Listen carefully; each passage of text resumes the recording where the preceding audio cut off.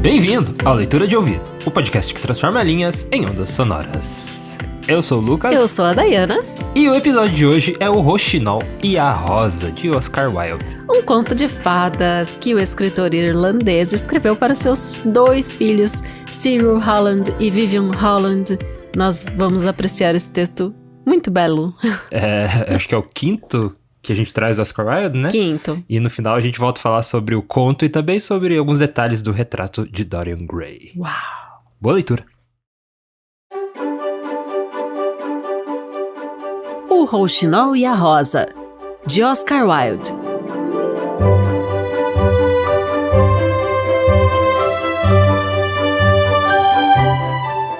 Ela disse que dançaria comigo se eu lhe levasse rosas vermelhas, exclamou o estudante.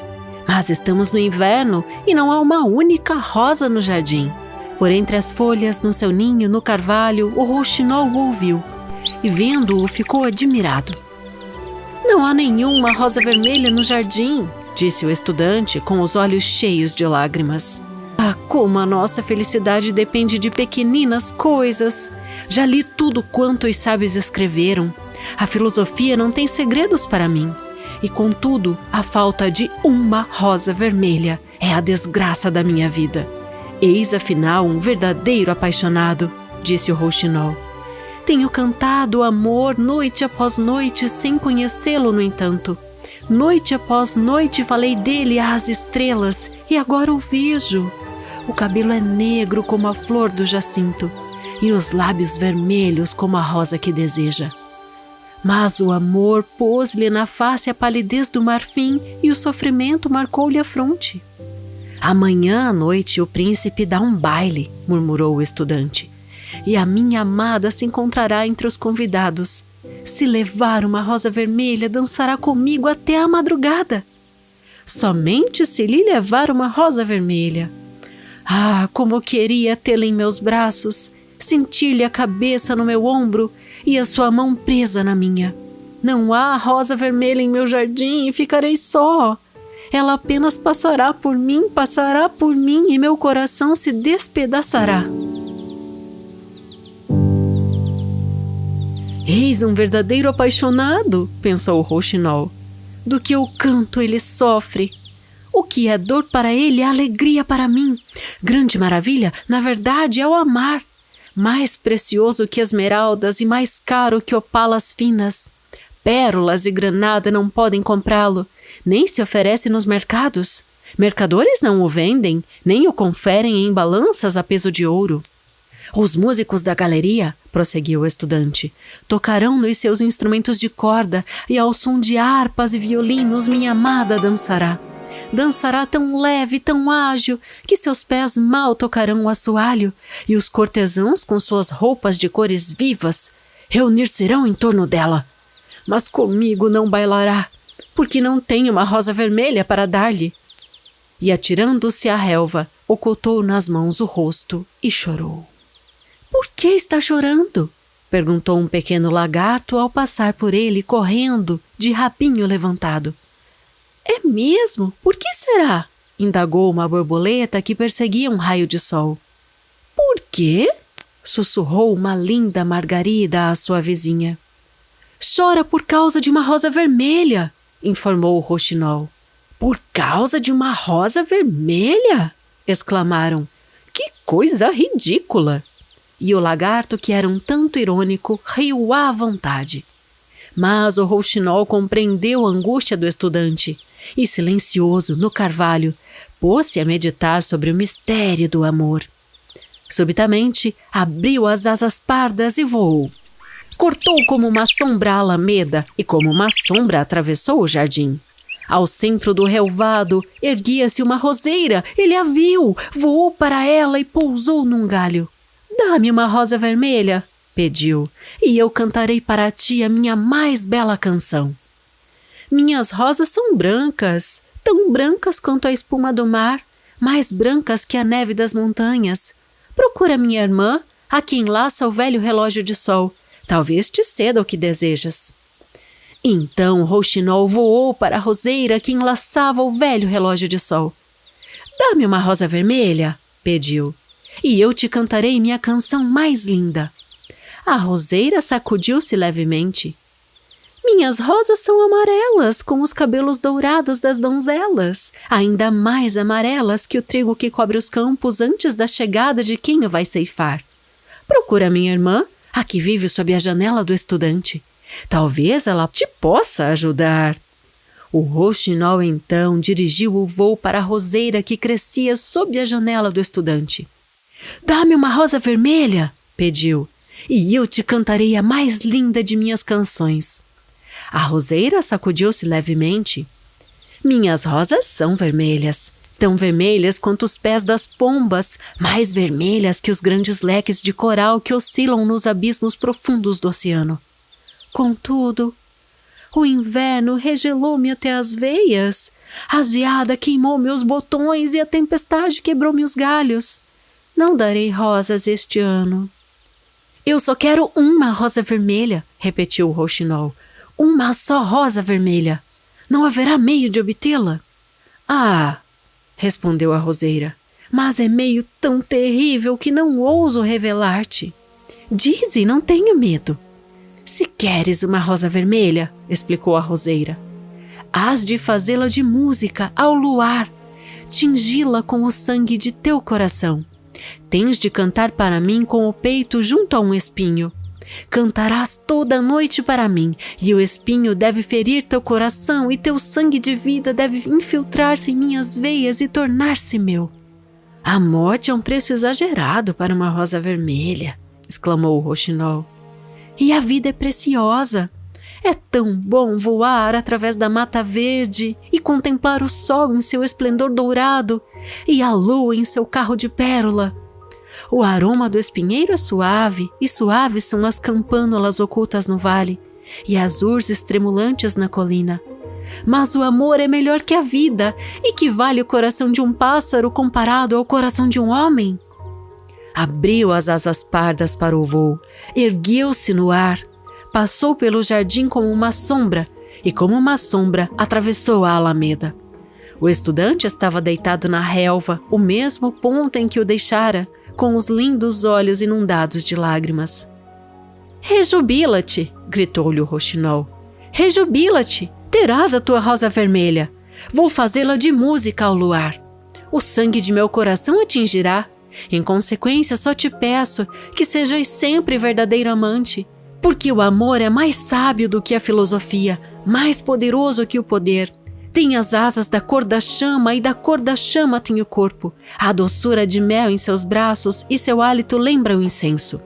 O estudante ergueu a cabeça e escutou. Nada pôde entender, porém, do que dizia o rouxinol, pois sabia apenas o que está escrito nos livros. Mas o carvalho entendeu e ficou melancólico, porque amava muito o pássaro que construíra ninho em seus ramos. Canta-me um derradeiro canto, segredou-lhe. Sentir-me-ei tão só depois da tua partida.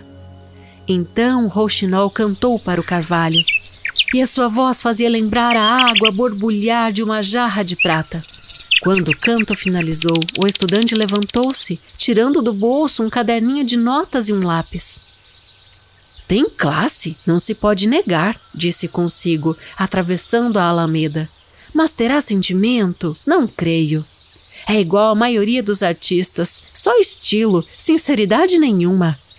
Incapaz de sacrificar-se por outrem. Só pensa a cantar, e bem sabemos quanto a arte é egoísta. No entanto, é forçoso confessar. Possui maravilhosas notas na voz. Que pena não terem significação alguma, nem realizarem nada realmente bom. Foi para o quarto, deitou-se, e pensando na amada, adormeceu. Quando a lua refugia no céu, o rouxinol voou para a roseira e apoiou o peito contra o espinho. Cantou a noite inteira, e o espinho mais e mais foi se enterrando em seu peito, e o sangue de sua vida lentamente se escoou. Primeiro descreveu o nascimento do amor no coração de um menino e uma menina. E no mais alto galho da roseira, uma flor desabrochou, extraordinária, pétala por pétala, acompanhando um canto e outro canto. Era pálida a princípio, qual a névoa que esconde o rio, pálida qual os pés da manhã e as asas da alvorada, como sombra de rosa num espelho de prata. Como sombra de rosa em água de lagoa era a rosa que apareceu no mais alto galho da roseira. Mas a roseira pediu ao roxinol que se unisse mais ao espinho. Mais ainda, roxinol, exigiu a roseira, senão o dia raia antes que eu acabe a rosa. O roxinol então apertou ainda mais o espinho junto ao peito e cada vez mais profundo lhe saía o canto, porque ele cantava o nascer da paixão na alma do homem e da mulher. E tênue nuance rosa nacarou as pétalas, igual ao rubor que invade a face do noivo quando beija a noiva nos lábios. Mas o espinho não lhe alcançava ainda o coração, e o coração da flor continuava branco, pois somente o coração de um roxinol pode avermelhar o coração de rosa. Mais ainda, roxinol, clamou a roseira, raiar o dia antes que eu finalize a rosa. E o roxinol, desesperado, calcou-se mais forte no espinho, e o espinho lhe feriu o coração, e uma punhalada de dor o transpassou. Amarga, amarga lhe foi a angústia, e cada vez mais fremente foi o canto, porque ele cantava o amor que a morte aperfeiçoa, o amor que não morre nem no túmulo. E a rosa maravilhosa tornou-se purpurina como a rosa do céu oriental. Suas pétalas ficaram rubras e vermelho como um rubi seu coração. Mas a voz do roxinol se foi enfraquecendo. As pequeninas asas começaram a estremecer e uma névoa cobriu-lhe o olhar. O canto tornou-se débil e ele sentiu qualquer coisa apertar-lhe a garganta. Então arrancou do peito o derradeiro grito musical. Ouviu a lua branca, esqueceu-se da aurora e permaneceu no céu. A rosa vermelha o ouviu e, trêmula de emoção, abriu-se a aragem fria da manhã. Transportou o eco à sua caverna purpurina, nos montes despertando os pastores em seus sonhos. E ele levou-os através dos caniços dos rios, e eles transmitiram sua mensagem ao mar. Olha, olha! Exclamou a roseira. A rosa está pronta agora. Ao meio-dia, o estudante abriu a janela e olhou. Que sorte! Disse. Uma rosa vermelha! Nunca vi rosa igual em toda a minha vida. É tão linda que tem certamente um nome complicado em latim. E curvou-se para colhê-la. Depois, pondo o chapéu, correu à casa do professor. Disseste que dançarias comigo se eu te trouxesse uma rosa vermelha, lembrou o estudante. Aqui tens a rosa mais linda e vermelha de todo o mundo. Hás de usá-la hoje à noite sobre o coração. E quando dançarmos juntos, ela te dirá o quanto te amo. A moça franziu a testa. Esta rosa não combina com o meu vestido, disse. Ademais, o capitão da guarda mandou-me joias verdadeiras, e joias, todos sabem, custam muito mais do que flores. És muito ingrata! Exclamou o estudante zangado, e atirou a rosa à sarjeta, onde a roda de um carro a esmagou. Sou ingrata? E o senhor não passa de um grosseirão. E afinal de contas, quem és? Um simples estudante? Não acredito que tenhas fivelas de prata nos sapatos como as tem o capitão da guarda. E a moça levantou-se e entrou em casa. Que coisa imbecil, o amor, resmungou o estudante afastando-se. Nem vale a utilidade da lógica, porque não prova nada. Está sempre prometendo o que não cumpre, fazendo acreditar em mentiras. Nada tem de prático, e como neste século o que vale é a prática, volto à filosofia e vou estudar metafísica. Retornou ao quarto, tirou da estante um livro empoeirado e pôs-se a ler.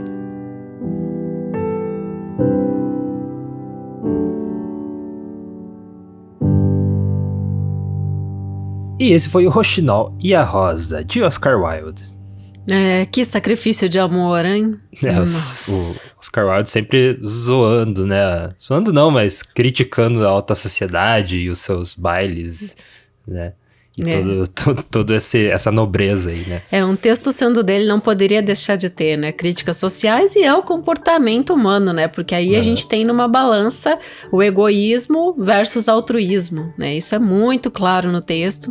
E tem também uma crítica direta aos artistas, só que é ao contrário, né? Porque ele faz com sátira. Então, já que ele né, defendia o esteticismo, ele é o criador do esteticismo, então ele sempre dizia que a arte tinha que vir antes de tudo, né? Só que tem aquela fala ali do estudante no meio do texto, né? Os artistas só estão preocupados consigo mesmos, nunca refletem, né? Tipo, as coisas verdadeiras.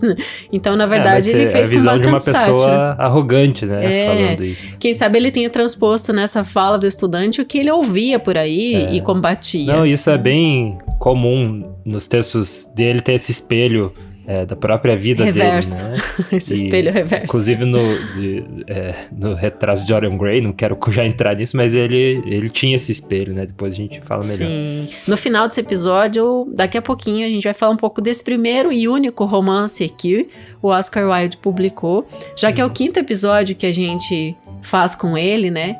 E você tá com a leitura fresquinha de Dorian Gray, a gente não poderia deixar de falar desse romance. Eu acabei de ler o retrato de Dorian Gray, então ainda tá coisas na memória. Então, vamos falar que eu até abri com os nomes dos filhinhos, né, no começo, porque esse está no rol dos que o Oscar Wilde escreveu para os seus filhos, né? Junto com eles, com esse texto, a gente tem, que já fizemos aqui também, O Gigante Egoísta, né? Que ele também escreveu para os filhos. Tô procurando aqui a sequência. O Príncipe Feliz, ele escreveu pros filhos. A gente trouxe outro também, né? E o Foguete Notável, na verdade, não foi bem pros filhos, mas é também uma história infantil, quase, né? É também uma história infantil. Talvez quase tenha sido. Não é uma história infantil. Claro que é. É uma fábula, na verdade. Igual esse, né? Eu vejo um toque de fábula nesse texto. É um conto de fadas, sem sombra de dúvidas, o né? O lagarto fala, né? Então, mas a gente tem o Rouxinol, né? Não só essa eloquência pra cantar, como pra argumentar, né? Ele vai de roseira em roseira com seu argumento e explica para os animais por que o estudante está chorando, né? Então, ele faz de tudo para conseguir que a rosa vermelha seja doada para o estudante que estava, ao entender do Rouxinol, né? Que canta o amor, verdadeiramente apaixonado por uma moça. Até ele fala assim, daquilo que eu canto ele sofre, né? Ele sofre de amor. Então, ele deixa claro que ele canta por amor e... Eu acho bonitinho, assim, a gente vê essa visão de dentro do passarinho, sabe? Esse texto mexe demais comigo. E ele, assim, eu achei muito interessante trazer nessa semana, depois de todo o horror da semana passada. Apesar de não ter tido um final feliz, né? Mas é uma história bem mais leve. Nossa, muito, muito mais leve, né? E é uma historinha divertida e bonitinha mesmo, que já ensina a criança em relação ao altruísmo e egoísmo, né? Que esse as duas arestas aí. E tem a questão do espinho, né? Tem essa questão do espinho que pode ser lido de uma forma mais profunda, assim, porque esse espinho às vezes é o que tá cutucando, mas também é o que vai trazer a transformação, né? Então, tem as duas coisas, assim. Mas uma coisa é fato pra mim, Lucas. Essa mulher era muito interesseira. E o aluno o estudante muito egoísta, muito né? Idiota também. Arrogante, egoísta, jogou a rosa embaixo da carroça, passou por cima. Levasse pra casa, colocasse num jarro d'água, né? Mas que piatongo. Falar assim, igual falam aqui no sul. Mas enfim, ela só dançaria com ele no baile do príncipe se recebesse uma rosa vermelha. E esse foi todo o fato que se complicou com o fato de ser inverno, né? E não haver qualquer rosa, qualquer flor no jardim. Muito interessante mesmo esse texto. Até algumas traduções a gente encontra como, ao invés de ele estar no carvalho, ele está numa azinheira. E ao invés de ser o Rouxinol, é a Rouxinol. Olha, a gente já trouxe... Qual que é o outro texto que traz Rouxinol mesmo? Tem um que tem no título até. A gente já trouxe aqui no Leitura de Ouvido. De outro autor? Que fala... Não sei se tem no nome, mas fala do canto do Rouxinol. Que é um canto, esse que você ouviu no episódio aí, é realmente um roxinol. Que eu fui à procura na internet pra conseguir achar o canto dele. Que bonitinho. E a gente já usou... Eu sei que teve outro episódio que já teve roxinol, porque eu peguei do próprio arquivo de som do podcast que eu encontrei roxinol lá. Eu vi que já tava ali, só que não vi qual o episódio que foi. Mas enfim, o roxinol tem essa beleza no canto, né? Dele que nas histórias sempre fica...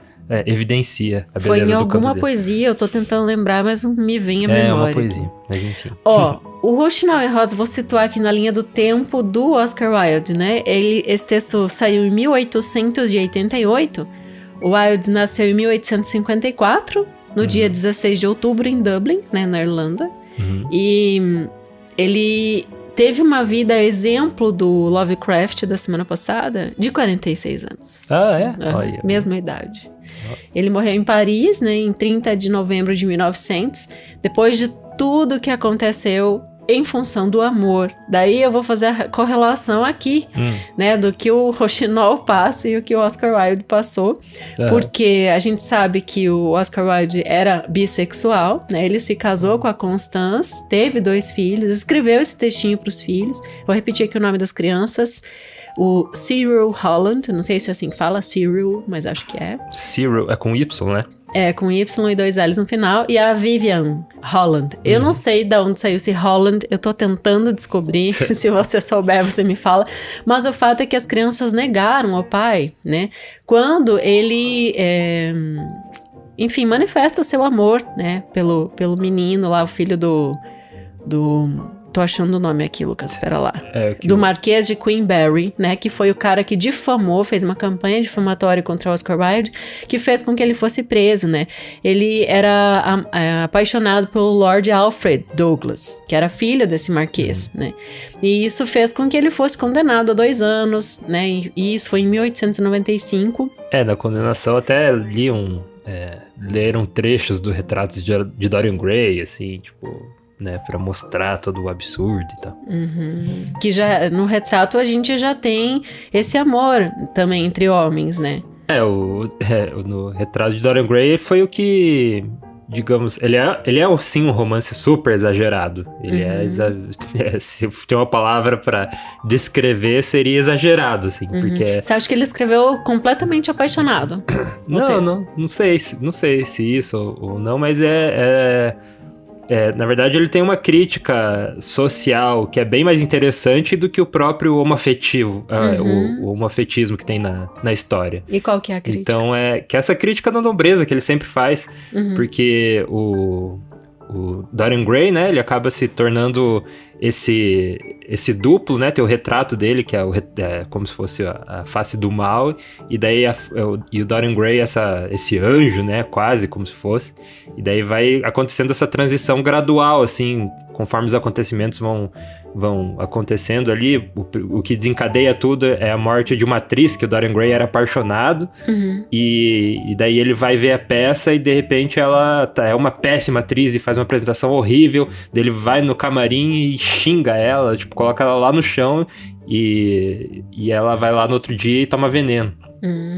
E daí aí que desencadeia, começa a mesclar o Dorian Gray e o retrato dele, e daí até no decorrer da história, né, no final ele já é totalmente retrato. Então ele já é totalmente um mal, assim, e daí ele faz coisas horríveis, ele é da nobreza, assim, mas ele esconde crimes que ele faz, ele faz tudo que é de pior, assim, e vai escondendo todos esses crimes, né, então tem a crítica bem grande pra essa nobreza que meio hipócrita, né? Que quer cobrar do outro que ela mesma não faz ou faz até pior. E tudo também regado a muito poder e muito dinheiro, né? Que isso aí é um elemento que altera a personalidade humana quando não se está com uma sanidade mental muito em dia. A novela inteira se passa na alta sociedade ali. E daí tem muito daquilo ali que você falou, que o Oscar Wilde às vezes se espelha nas histórias, né? Coloca a arte dele ali. E no Dorian Gray, ele até mesmo comentou depois que ele vê ele como Basil Howard, que era o pintor, né? Que foi quem pintou o retrato. vê o Lord Henry como a sociedade vê ele, e vê o Dorian Gray como quem ele, o Oscar Wilde, queria ser. Nossa. Então, ele tem esse espelho bem grande. E o Basil Howard, que seria o moral da história, né? Ele é, assim, a voz da razão. Enquanto o Lord Henry é nobreza em decadência, e o Dorian Gray é o anjo que daí depois vai pro terror. Não conta o final. Para nem o nosso leitor de ouvido querer pegar o romance e ler. E foi o único romance que ele publicou. Ele publicou vários contos. E em 1891 que sai o retrato de Dorian Gray, né? A gente tem ali já os últimos 9 anos de vida dele. Sim. E em seguida disso a gente começa a ter esse descambamento aí, né? Porque 4 anos depois que ele publica Dorian Gray, que ele é preso, obrigado a trabalhos forçados e passa esse tempo na cadeia, né? E a campanha difamatória é tão grande que, mesmo com muitas solicitações, né, dos setores progressistas, dos círculos literários, para que ele fosse solto, isso não foi suficiente, né? E os processos, né, o processo contra ele, essa defesa, ela teve um custo muito elevado, o que fez com que o Oscar Wilde falisse. Ele saiu totalmente pobre da cadeia quando ele foi libertado e viu a sua fama desmoronar, né? Porque foi terrível as consequências sociais. Não foi só os filhos, né? O Cyril e a Vivian que negaram ao pai e deixaram de usar o sobrenome, mas também os livros dele foram recolhidos e as comédias dele foram retiradas de cartaz. Então isso, para quem vive de arte, é o fim, né? O Dorian Gray foi suprimido quando ele enviou para a primeira publicação, foi sem o conhecimento dele, foi suprimido diversos trechos, assim, então saiu uma versão bem censurada. Aí depois, um ano assim depois que lançou, o Oscar Wilde publicava cartas que ele criticando, né, e dando resposta e tal. E daí depois lançou uma edição mais completa, assim, com próprias revisões do Oscar Wilde e tal. Ele revisou bastante. Então foi lançando, assim, várias revisões. E a primeira que saiu não foi sem autorização dele. Foi tipo... foram cortando tudo, né? Censurado. Então, depois desse tempo, né, na cadeia, só pra completar a historinha, em 1897, ele vai morar em Paris. E ele mora em um hotel barato, né, de um pra outro, só se embriagando, porque a vida não tinha mais sentido, usando um pseudônimo, Sebastian Melmoth, era o pseudônimo que ele usava. E daí, claro, né, com essa imunidade terrível, ele contraiu meningite, teve um ataque muito forte de meningite, então ele não resistiu e faleceu em Paris. Pra mim, o Oscar Wilde é o Rochinol dessa história, né? Já que você estava falando das correlações encaixando ali no Dorian Gray. Porque ele foi realmente sofreu muito por amor, né? E ele, sim, provavelmente casou apaixonado por Constance, né? No início da sua vida ali com ela, teve os 2 filhos com ela. E depois acabou, né, se apaixonando pelo menino e aconteceu tudo isso, enfim. Oscar Wilde era quase, diria que bem mais famoso que as suas próprias histórias, né? Então ele era uma figura bem polêmica. Sim, um dandy da sociedade inglesa. E todo mundo sempre que ele publicava alguma coisa, era muito criticado, né, e todo mundo conhecia, então ele era uma figura, assim, pública gigante na época. Então as pessoas estavam sempre prontas para criticar ele. Durante esse período, né, difícil aí na prisão, ele escreveu 2 textos e um deles está na minha lista para ser um episódio, Lucas. Na verdade, eu tenho duas coisas do Wilde na mira aqui. Mas enfim, vou falar desses textos, que é a Balada do Cárcere de Reading, que ele escreveu na prisão, e o outro, que é um dos que está na minha lista, é o De Profundis. Na verdade, foi publicado póstumo em 1905, né? Ele já havia morrido há 5 anos. E é uma longa carta que ele fez ao Lord Douglas, ao menino que ele estava apaixonado, né? Ao causador de toda sua desgraça. Né? E a outra coisa que me chama muita atenção, que eu tenho vontade, assim, de localizar e de trazer aqui no episódio, São as primeiras poesias que Oscar Wilde escreveu em 1881. Então, o jovem Oscar Wilde, ele fez poemas e publicou um livro de poemas, né? Nos periódicos, ali nas revistas da época, ainda do tempo da faculdade, que ia saindo assim. Depois ele reúne num livro essas poesias e publica. O livro se chama Poemas. E eu gostaria realmente de conhecer os poemas de Oscar Wilde. Prometo para você, leitor de ouvido, que eu me esforçarei para fazer uma curadoria, encontrar esses textos e a gente poder discutir aqui, né? Sim. No podcast, vai ser muito interessante. É muito legal.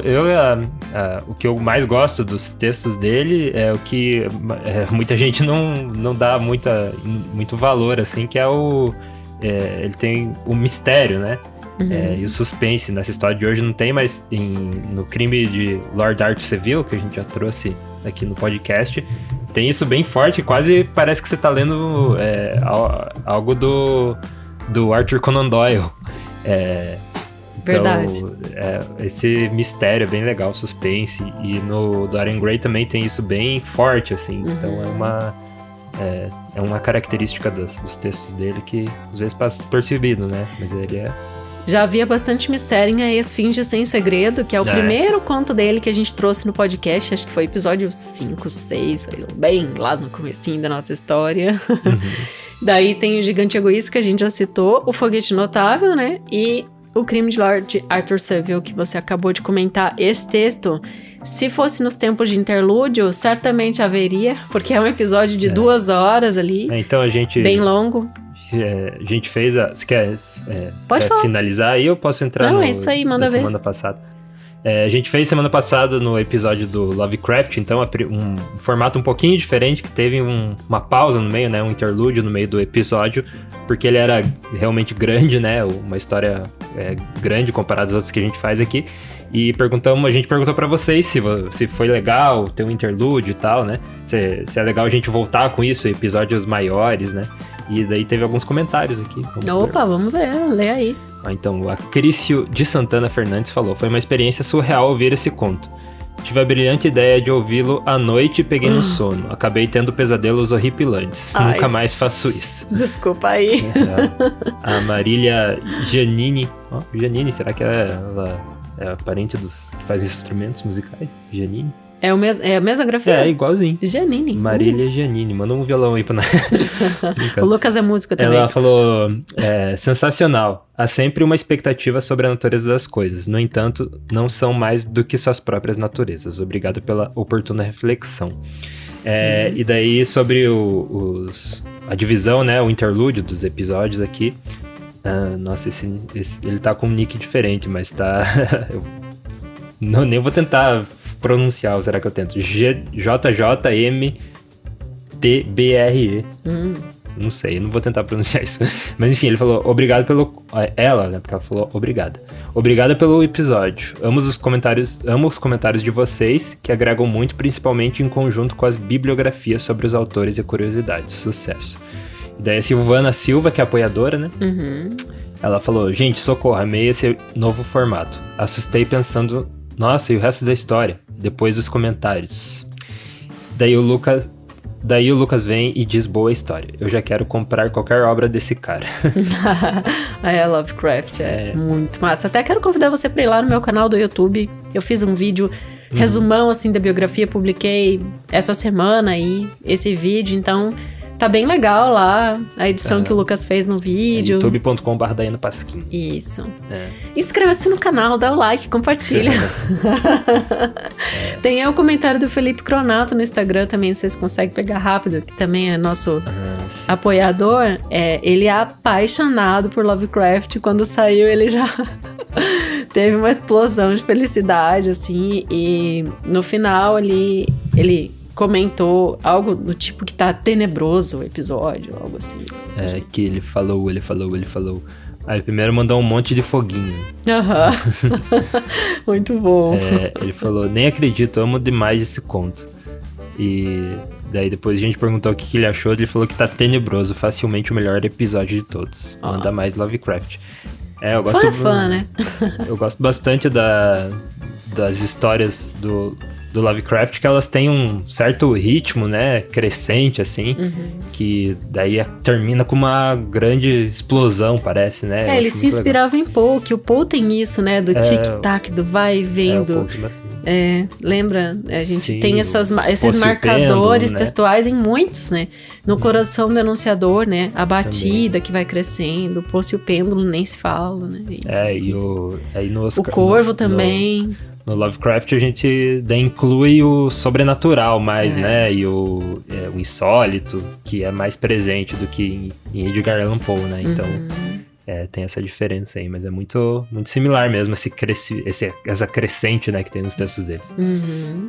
Na semana que vem teremos uma escritora brasileira muito, muito ovacionada hoje, mas que não teve fama em vida. E você saberá muito mais sobre ela e terá um livro muito bonito aqui. A Maria Firmina dos Reis foi um dos primeiros dos episódios lá atrás que a gente fez, e a gente viu uma grande descoberta da obra dela desde que a gente fez, né? Porque quando a gente fez A Escrava, né? Foi A Escrava primeiro. Ela ainda era... Não foi a primeira Escrava, foi a Lua Brasileira. De Lua Canto Brasileira Saber Amar. E depois A Escrava. Ainda, tinha pouca coisa sobre ela, mas daí eu tô vendo hoje que, nossa... que ela fez o bicentenário ano passado. Acabou indo pra vestibular, né? Sim. A obra, enfim. Isso é muito bom, né? Ainda mais por ser uma escritora, eu acho, e negra, né? Escritora preta sendo valorizada, então isso é muito bom. Então a gente já semana que vem vai ter outro episódio dela, e a gente pensa um dia trazer o livro inteiro, né, do Conto Saber Amar dela e publicar. Canto Saber Amar. Canto Saber Amar, desculpa. E publicar aí o livro completinho aqui no podcast. E a gente vai falar sobre isso semana que vem. Vamos mandar um abraço ao nosso apoiador, aos nossos... Se você quer ser um apoiador do Leitura de Ouvido, você vai, além de a gente falar o teu nome aqui nos créditos finais, te dar um salve aqui no final, você também vai receber um arquivo semanal dos episódios, com todo o estudo, a arte de capa, bem completinho no seu e-mail, antes de todo mundo. Exclusivo, né? Vai só para os nossos apoiadores esse presente aí. Isso aí. E se você quer ser... E arte de capa, você falou, né? E arte de capa. Aliás, eu adorei o Rochinol. Legal, obrigado. Se você quiser ser um dos nossos apoiadores, você entra em apoia.se/leitura de ouvido, que é o nosso financiamento contínuo coletivo. Ou você pode mandar um pix direto para leituradeouvido@gmail.com. Qualquer uma dessas duas formas, você apoia a gente e a gente manda os arquivos aí semanais. E é importante a gente ficar sabendo do seu e-mail de alguma forma. No Apoia lá a gente sempre tem um e-mail, né? Porque tem que pôr um e-mail para se cadastrar. Mas se você fizer por Pix, daí também é legal você informar pra gente o teu e-mail, ou na descrição do Pix, né? Ou alguma coisa, ou manda um comentário, uma mensagem, um e-mail. Pra gente também te mandar os arquivos semanais, né? Pra gente ter você aqui no nosso e-mail. Isso aí. E eles são os nossos apoiadores. Como é que eu falo sempre? Não sei. Eu falo algo sempre pronto, que agora eu mudei e agora eu não sei como voltar. Mas enfim, os nossos apoiadores são eles. Eu acho que é isso que você fala. É tipo isso, mas não é bem isso. Então vamos lá.